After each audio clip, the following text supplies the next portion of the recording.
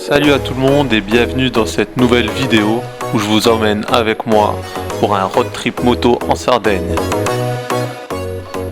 Départ de Metz, direction Port de Livourne, on passe par la Suisse. Pas de chance pour nous parce qu'on va prendre la pluie sur des centaines de kilomètres jusqu'à pouvoir enfin s'abriter dans le tunnel du Gothard. Après s'être un petit peu réchauffé, on arrive en Italie et direction le port de Livourne pour embarquer dans le ferry.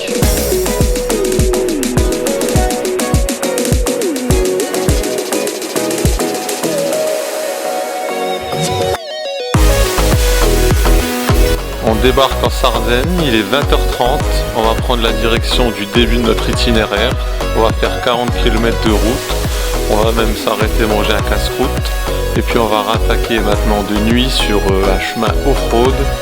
Au bout de ce chemin-là, on sera totalement crevé, et puis on va planter nos tentes pour la nuit.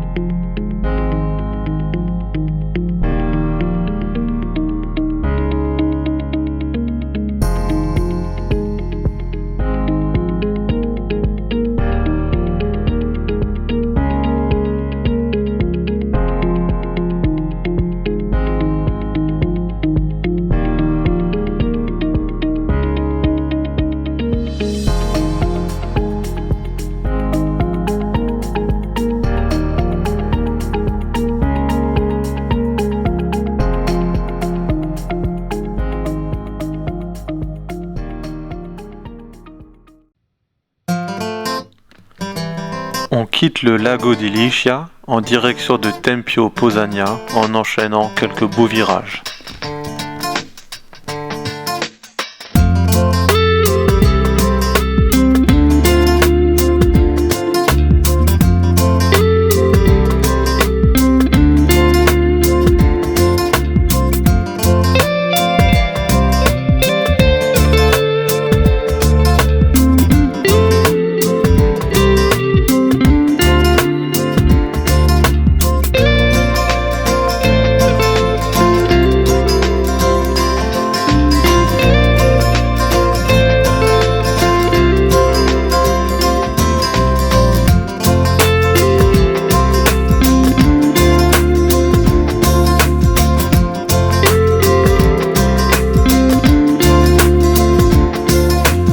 On arrive sur les premiers chemins off-road de la journée.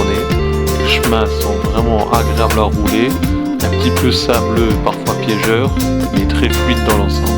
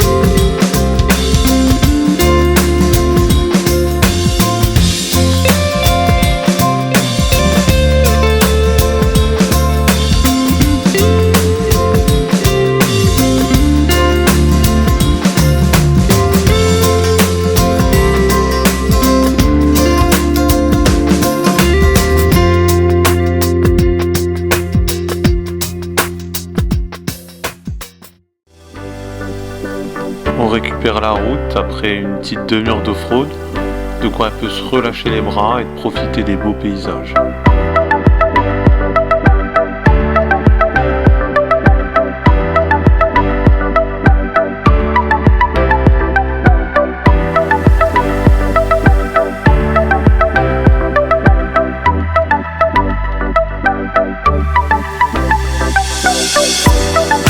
On arrive sur une piste off-road qui démarre tranquillement et qui au fur et à mesure des kilomètres va commencer à se compliquer.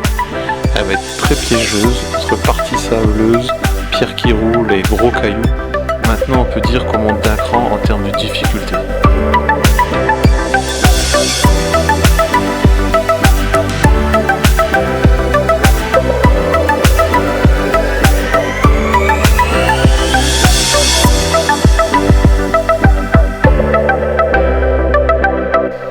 rend pas compte avec la GoPro, mais je peux vous dire que la grimpette, elle est costaud.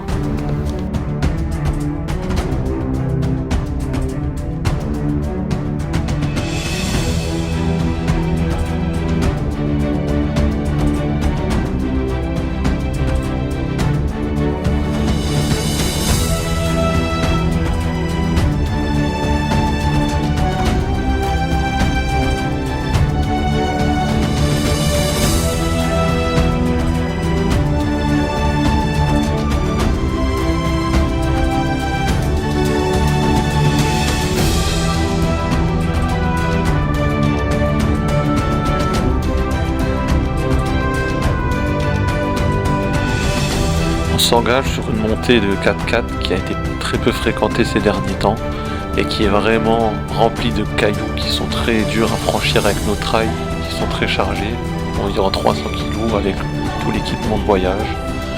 Une petite chute a lieu pendant la montée mais rien de grave. On décide de faire demi-tour parce que de toute façon le chemin là nous menait à une simple boucle qui nous ramenait sur nos pas. Donc on décide de faire demi-tour, de redescendre tranquillement et de continuer l'itinéraire.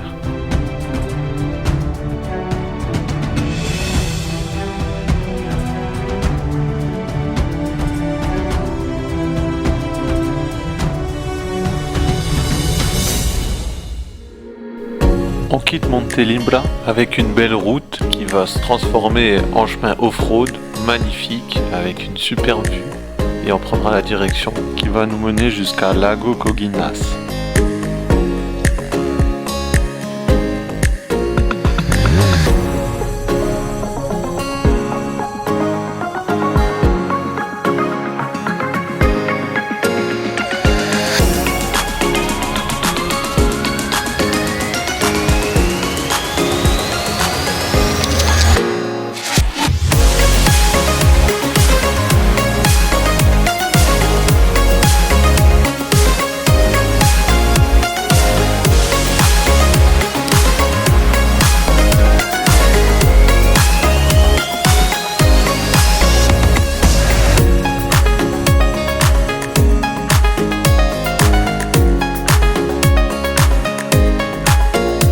On continue notre descente en essayant d'éviter au maximum les crevasses qui ont été formées par les fortes pluies hivernales. On enchaîne les épingles l'une derrière l'autre. On peut distinguer au loin le lac vers lequel on se dirige.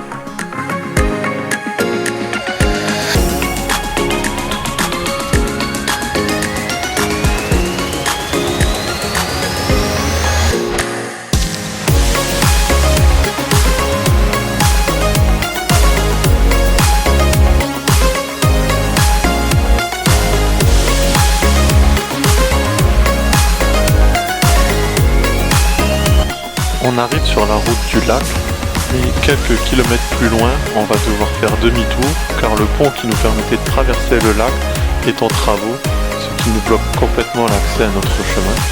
On prend maintenant une autre route qui va être vraiment sympa, qui va s'enchaîner, qui va être très verdoyante et qui va nous emmener sur un chemin off-road qui est vraiment excellent.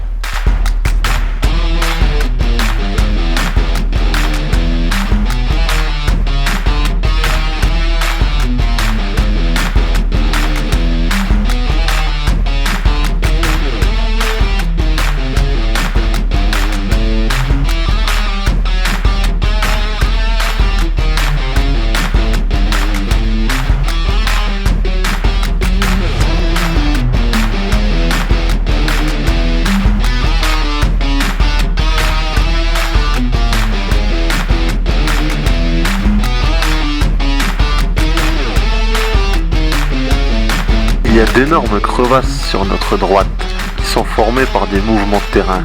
Parfois ces crevasses traversent notre chemin, comme en ce moment, et quelques mètres en arrière, nous avons été dans une situation qui était bien plus compliquée, mais malheureusement dans le feu de l'action, je n'ai pas pensé à allumer la GoPro.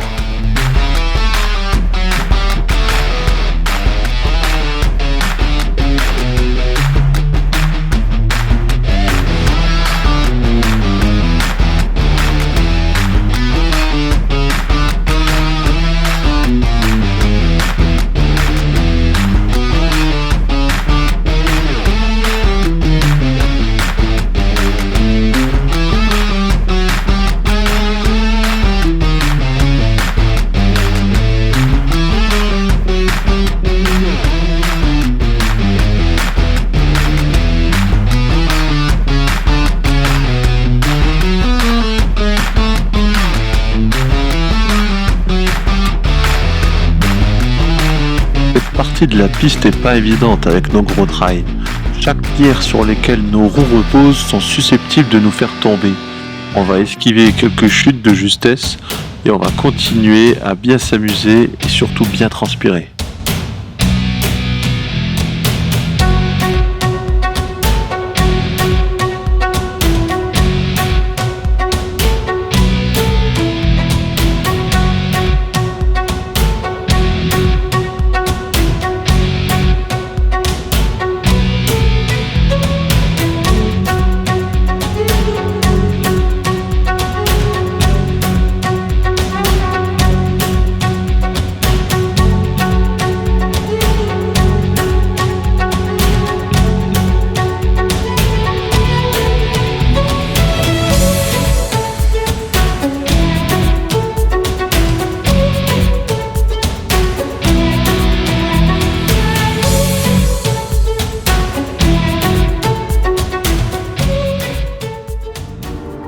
Après avoir dépensé énormément d'énergie à rouler ces chemins techniques, nous arrivons à un très bel endroit où se déroule une fête organisée par les villageois sardes des environs qui se regroupent ici chaque année. Ils sont super amicaux et nous proposent des gâteaux, de la bière et même de la grappe. Une pause qui fait vraiment plaisir après l'effort.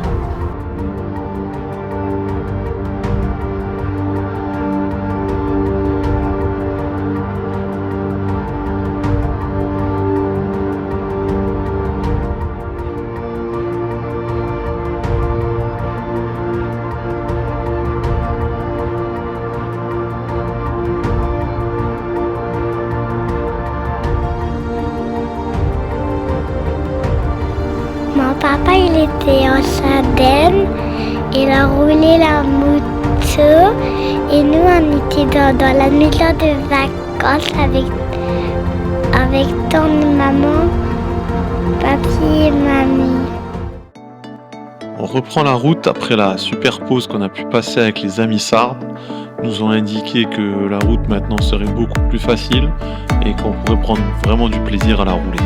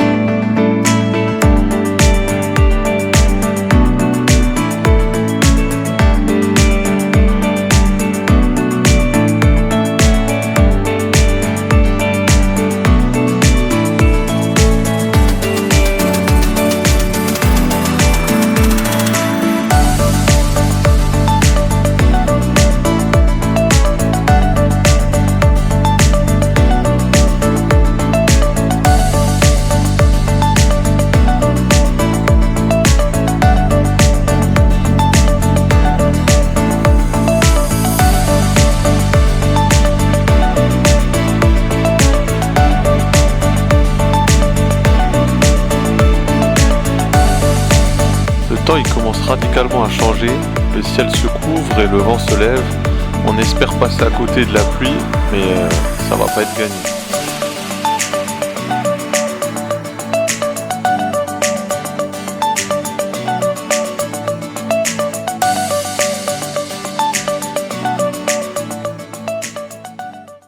Et là ça a pas loupé, on s'est pris une flotte de fous. On a même carrément dû s'arrêter, s'abriter sous des arbres parce qu'on n'a même pu rouler. La route elle était complètement inondée. Nous on était trempés mais archi mouillés.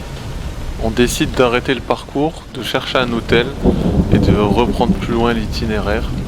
Parce que là on n'en peut plus, hein. On veut passer une bonne nuit. Déjà que les nuits précédentes là, c'était pas terrible dans les tentes, mais alors mouillé comme on est là, c'est même pas la peine.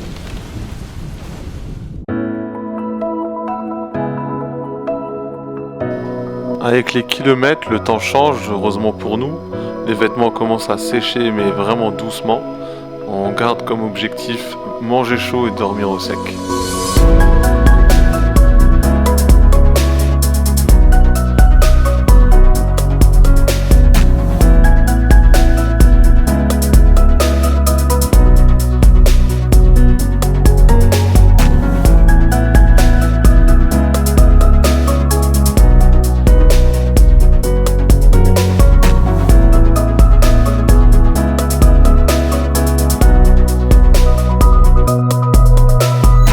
Après quelques heures de route, nos vêtements sont enfin secs. On peut profiter d'une très belle vue sur Calagonum, une ville qui mélange montagne et mer. On va essayer de trouver un hôtel pour y passer la nuit.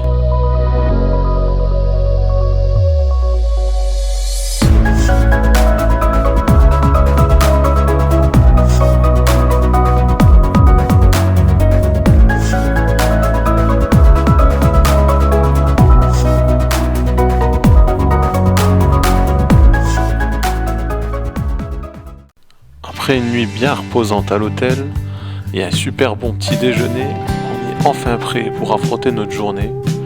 Alors on enfourche nos bécanes et puis on va partir à l'aventure dans les montagnes sardes.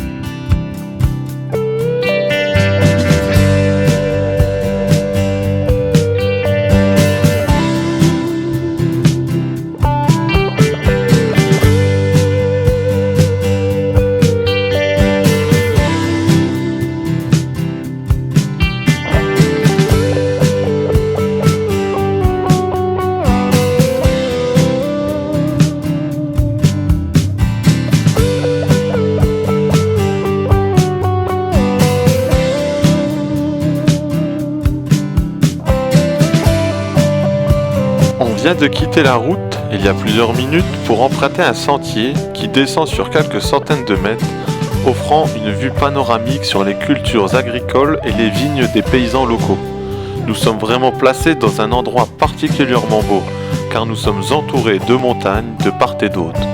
On en prend plein les yeux et on se régale avec ces superbes chemins.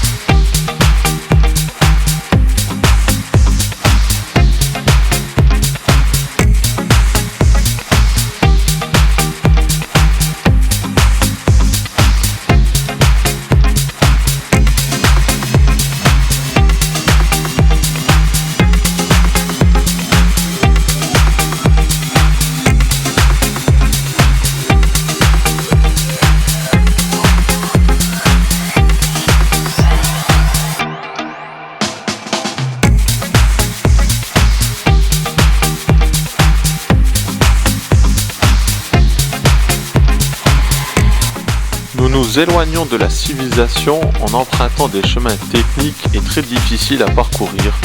De grosses pierres, parfois même des rochers, entravent notre progression. Nous déplaçons quelques pierres à la force des bras et nous nous entraînons en tirant nos motos par les crash bars pour surmonter les obstacles présents. sommes sur l'une des sections où nous avons dépensé le plus d'énergie, mais le paysage magnifique nous fait oublier les efforts fournis.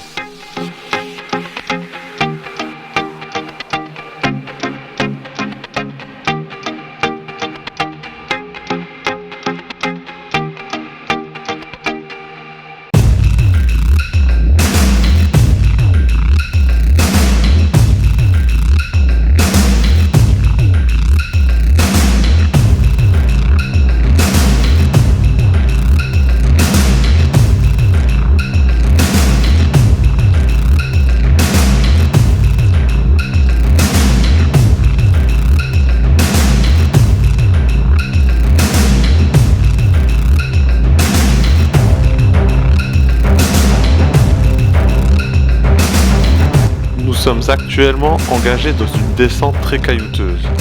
On avance pas à pas comme si nous étions sur des œufs. Le poids de la moto nous entraîne vers le bas et les pierres se décrochent à chaque mouvement d'accélérateur ou de frein. C'est le genre de descente qu'une fois en bas, tu ne remontes jamais avec le poids de nos bécanes.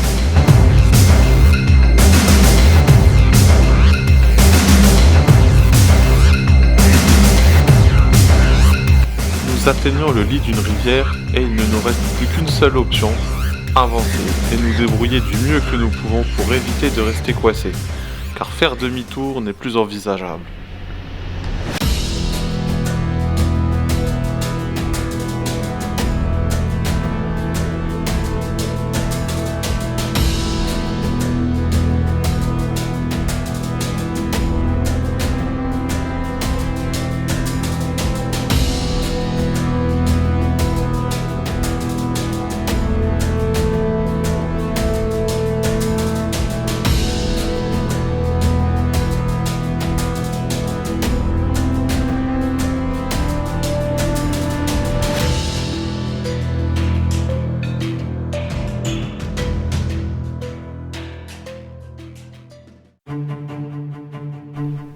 Nous allons devoir traverser la rivière, heureusement peu profonde, pour atteindre l'autre côté de la rive.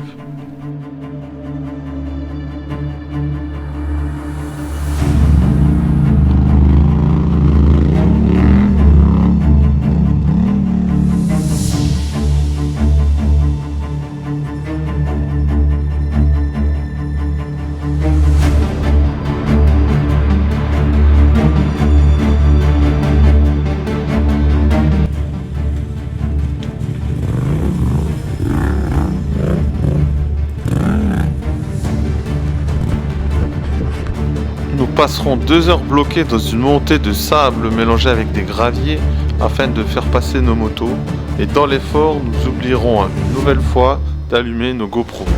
Mais le plus important c'est que nous y sommes finalement parvenus et sans nous blesser.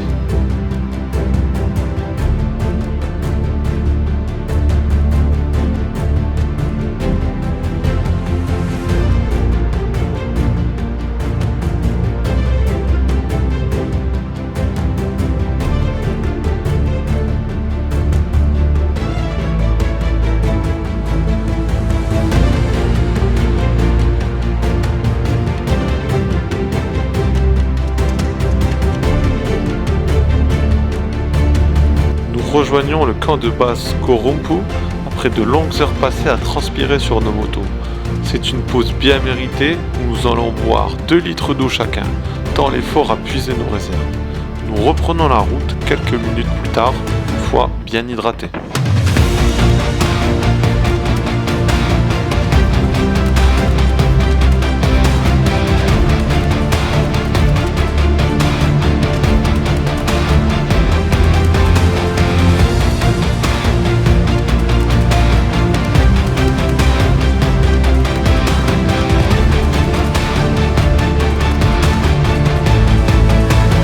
Nous avons besoin de manger, alors nous partons à la recherche d'un restaurant le long de cette belle route pour reprendre des forces et discuter de la suite du déroulement de notre voyage. Nous reprenons la route après avoir dégusté quelques spécialités sardes. Nous décidons de modifier entièrement notre itinéraire initial car il était basé sur une ancienne trace 4x4 très peu parcourue, rendant incertain l'accès et la praticabilité des futurs chemins pour nos motos de voyage.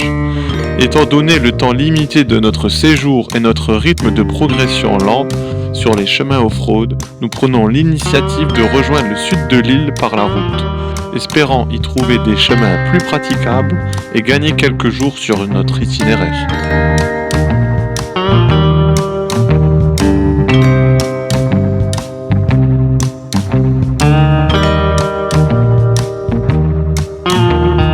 Prenons la voie rapide afin de gagner le maximum de temps et d'atteindre la trace 4x4 située au sud de l'île.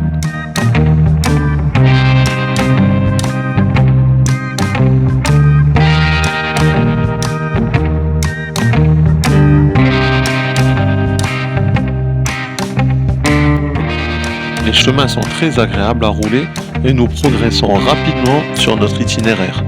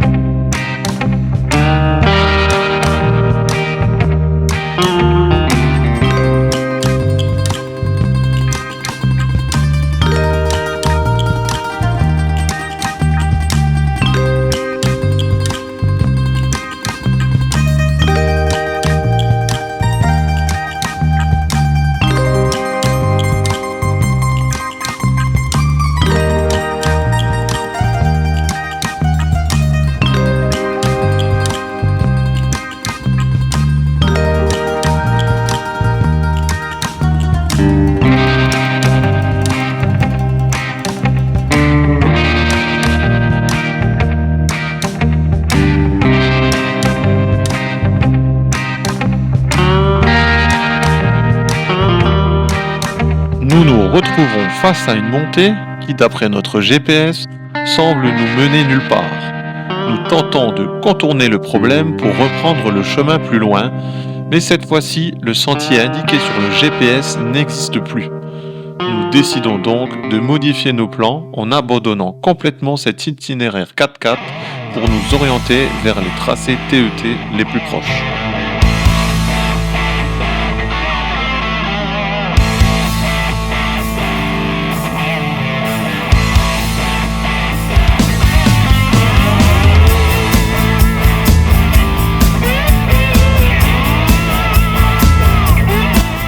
Nous prendrons beaucoup de plaisir à suivre un Sarde avec sa voiture qui connaît très bien les environs. Nous atteignons le début du tracé TET et alors que la nuit commence à tomber, nous montons notre campement pour y passer la nuit.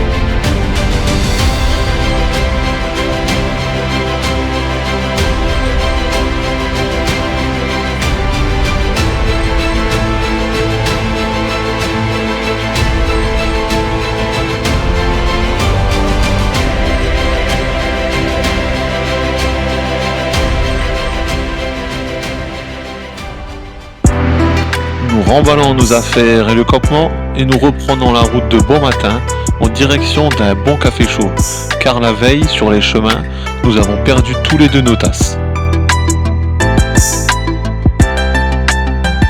Nous pouvons apercevoir le lac de Flumendosa où nous avons passé la nuit.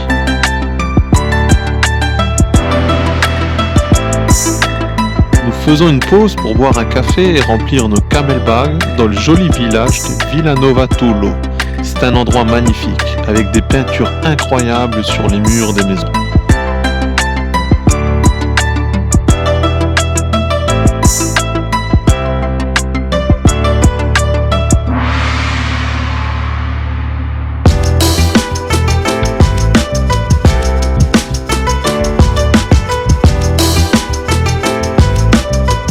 Nous repartons pour enchaîner des chemins off-road.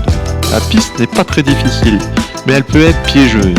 Si nous ralentissons, une chute est inévitable, comme c'est le cas pour Alain, qui a encore bien endormi ce matin.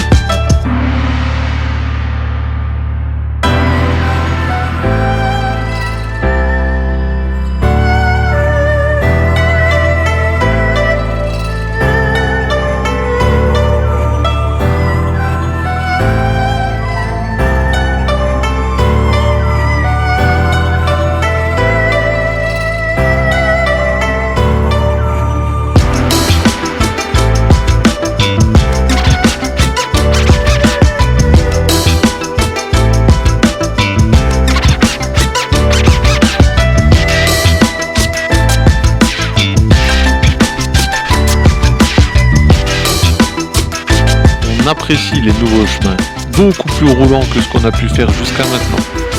Donc là, on peut progresser rapidement tout en prenant beaucoup de plaisir.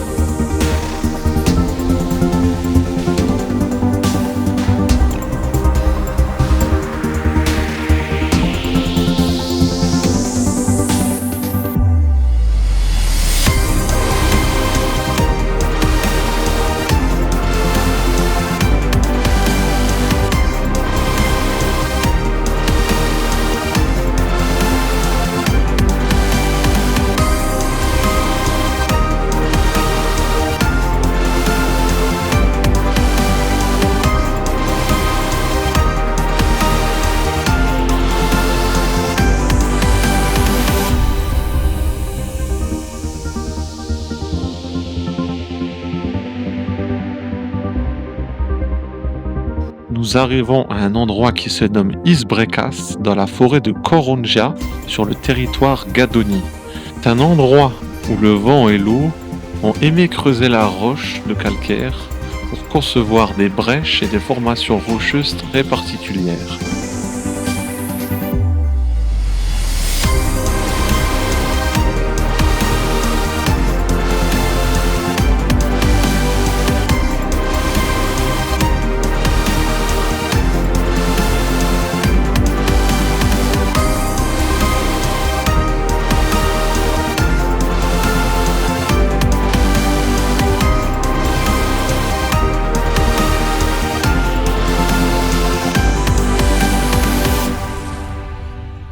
On continue sur notre trace du TET section 15 entre route et champ.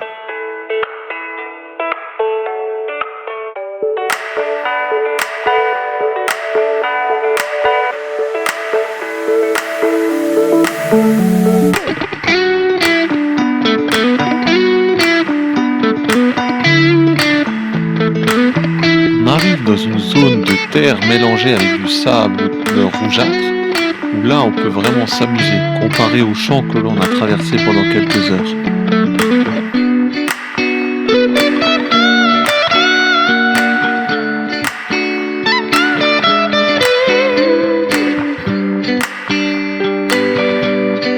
Il est presque 14 heures et nous roulons depuis 8 heures du matin. Nous venons de traverser l'île d'est en ouest par les pistes et routes du TET section 15. Nous avons récemment rejoint la section 14 en direction du sud, mais nous devons nous arrêter pour manger et faire le plein des motos et des gourdes.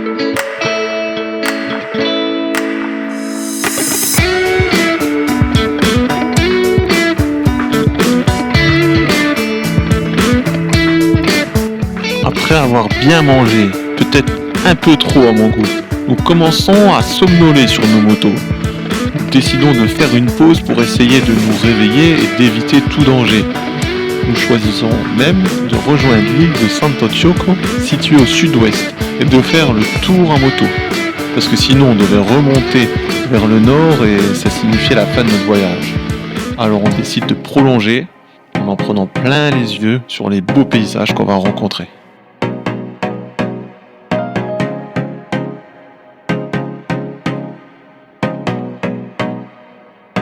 Nous arrivons sur la charmante petite île de Sant'Antioco qui ne mesure que 115 km². Vu la taille, nous comptons faire le tour de l'île assez rapidement. On va faire une petite pause au port, puis on va repartir sur des chemins beaucoup plus sauvages que ce qu'on a fait jusque maintenant, sur le côté ouest de l'île.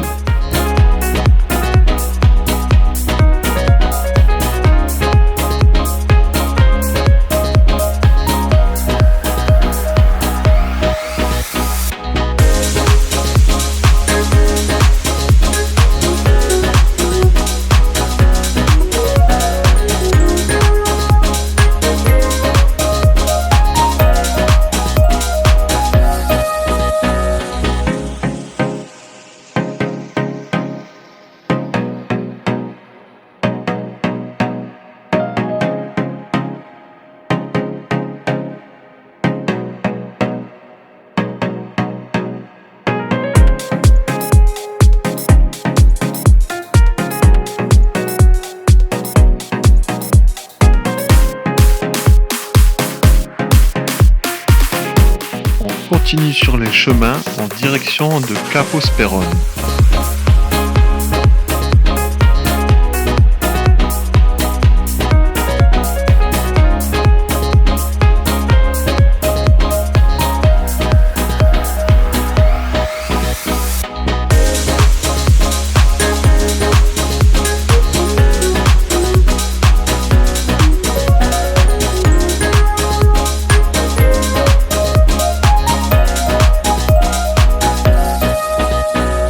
Nous arrivons aux ruines de l'ancienne station de signalisation qui se trouve au sommet de Sumonti dei Semafori, le promontoire de Capo Sperone à 176 mètres d'altitude. Sa position surplombe la mer, offrant un panorama extraordinaire sur la mer en terre jusqu'au cap de Lada. On prend quelques photos puis on repart.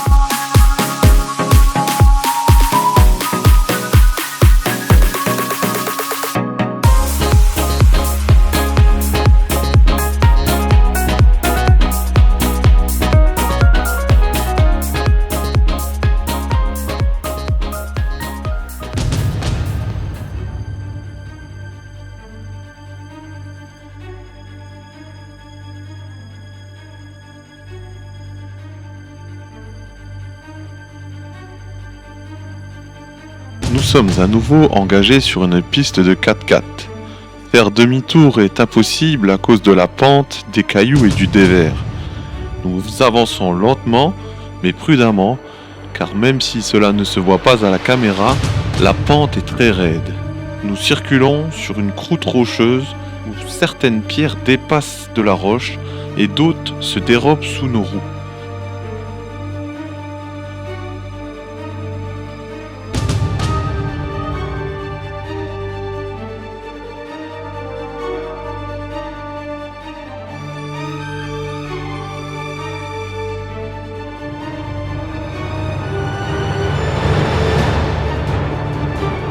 On renforce notre prudence et nous continuons à progresser lentement. Maintenant, cela devient très compliqué. La fatigue entraîne de l'énervement. L'énervement entraîne un manque de concentration, ce qui peut provoquer plusieurs chutes.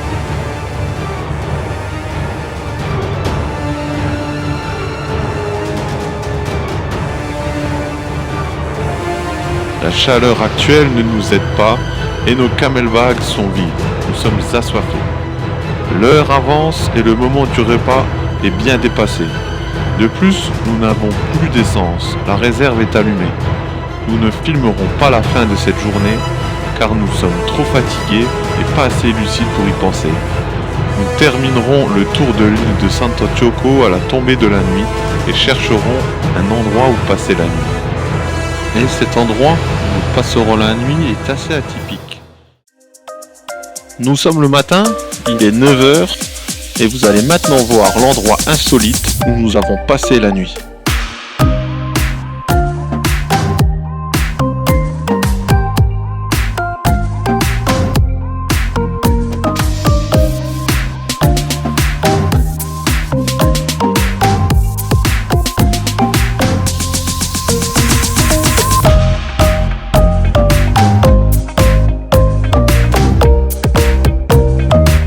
je vous explique. Nous nous sommes retrouvés ici la veille en prenant un chemin de nuit.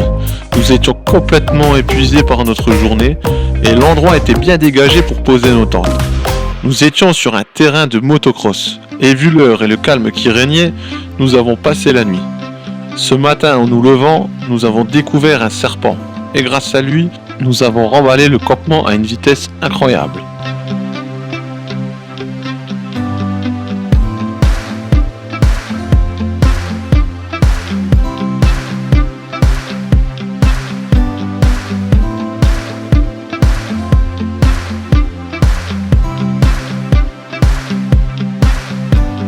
Nous rejoignons Carbonia par la route, puis nous empruntons les petites routes jusqu'au TET 14 près de San Benedetto. En fait, c'est une erreur de notre part car nous avons confondu la trace 4x4 et le TET sur notre GPS. Du coup, nous avons dû couper par la route pendant une bonne heure pour rejoindre notre destination.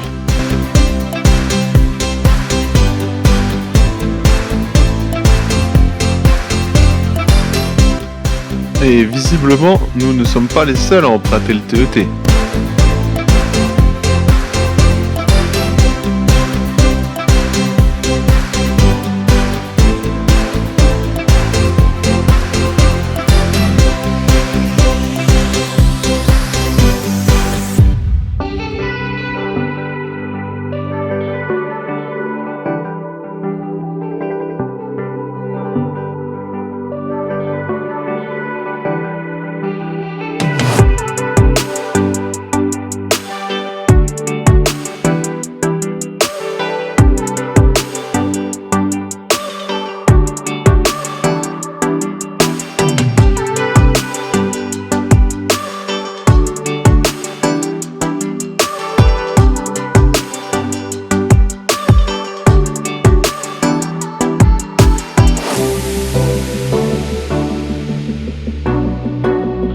Nous faisons une petite pause pour admirer la superbe vue et nous en profitons pour visiter un peu les ruines de cette ancienne mine.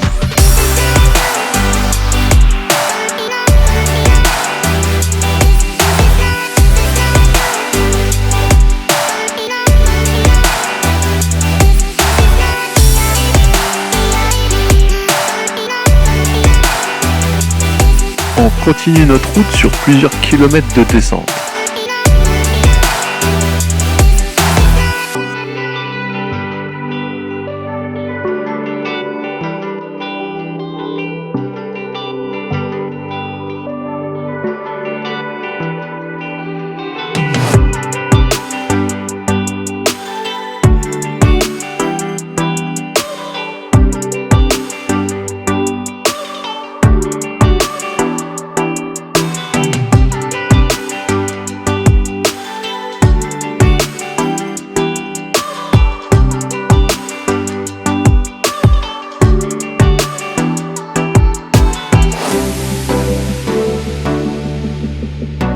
Nous arrivons à un endroit où le chemin s'est effondré un peu plus loin. Du coup, avec la largeur de nos motos et les sacoches, nous préférons faire demi-tour, car le chemin qui monte est bordé d'un côté par un mur et de l'autre côté par un ravin. Si nous accrochons avec nos valises, nous risquons de dégringoler en bas avec la moto. En réfléchissant bien, je me rends compte que je n'ai peut-être pas la dernière mise à jour du TET, car quelqu'un aurait signalé ce problème.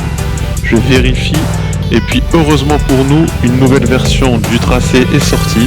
Nous la téléchargeons et nous prenons la direction du nouveau tracé quelques mètres plus loin.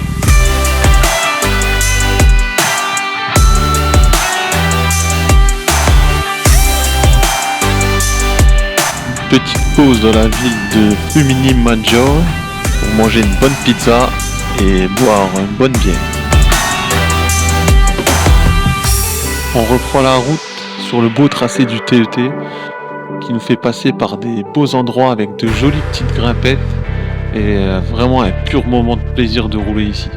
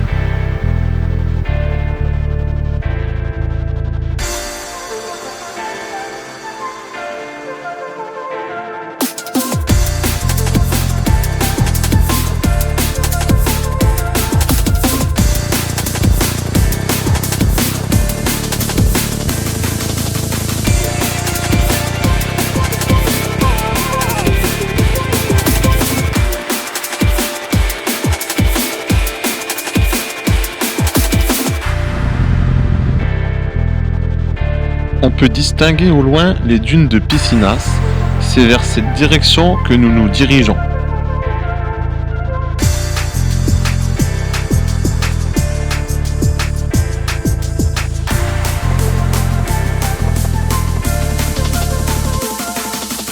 Nous avons ensuite traversé une zone parsemée de crevasses.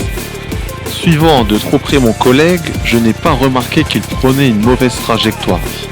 Malheureusement, mon pied a accroché sur le côté, ce qui m'a fait chuter.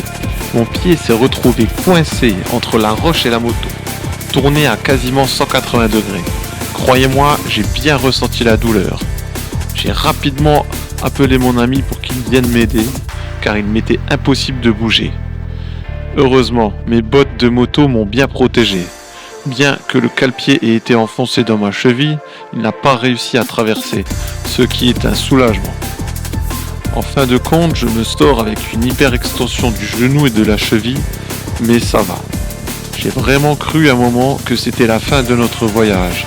Cela prouve que la moindre erreur, même insignifiante, lors d'un voyage, peut tout faire basculer. Je reprends mes esprits quelques minutes et on repart.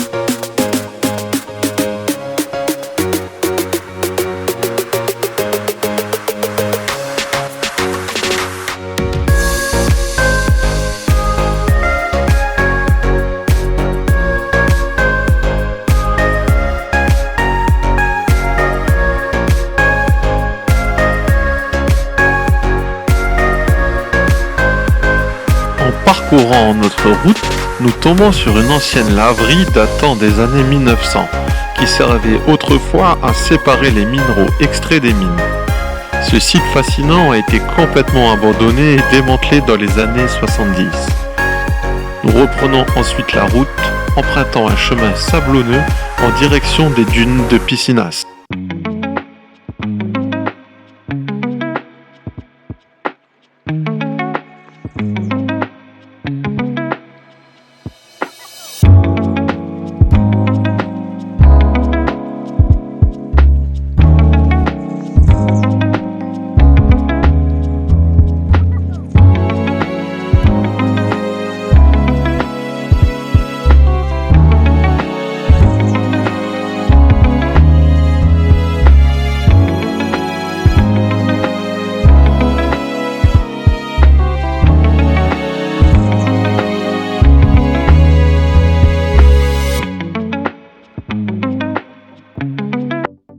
L'endroit est vraiment incroyable, avec ses petits passages d'eau rougeâtre teints par la présence de minéraux. C'est vraiment un spectacle naturel et fascinant qui ajoute une touche d'émerveillement à notre aventure.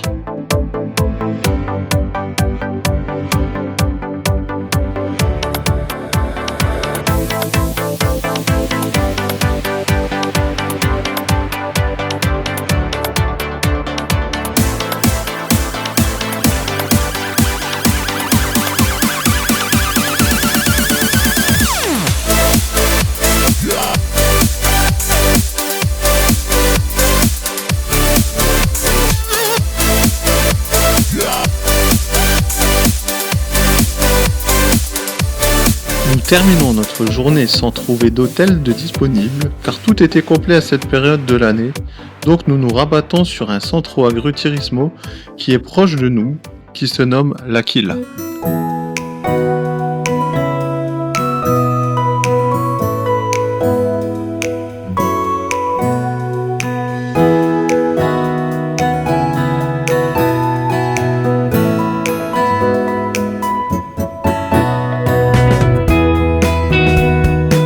Nous avons passé un super moment à déguster des plats typiques sardes et avons passé une excellente nuit reposante. Maintenant, nous sommes en pleine forme pour profiter de notre dernière journée sur l'île.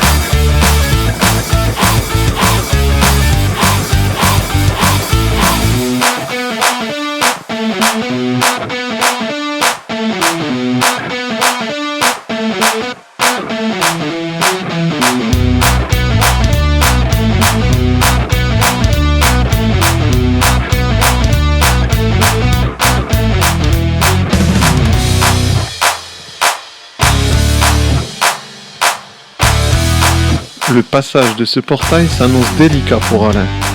On peut clairement voir que la fatigue de la fin du voyage le rattrape.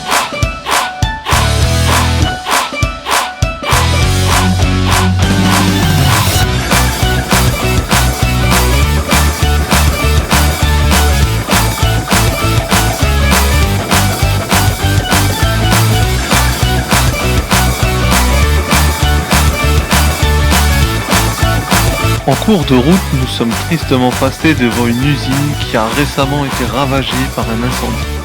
Les dégâts semblent très importants.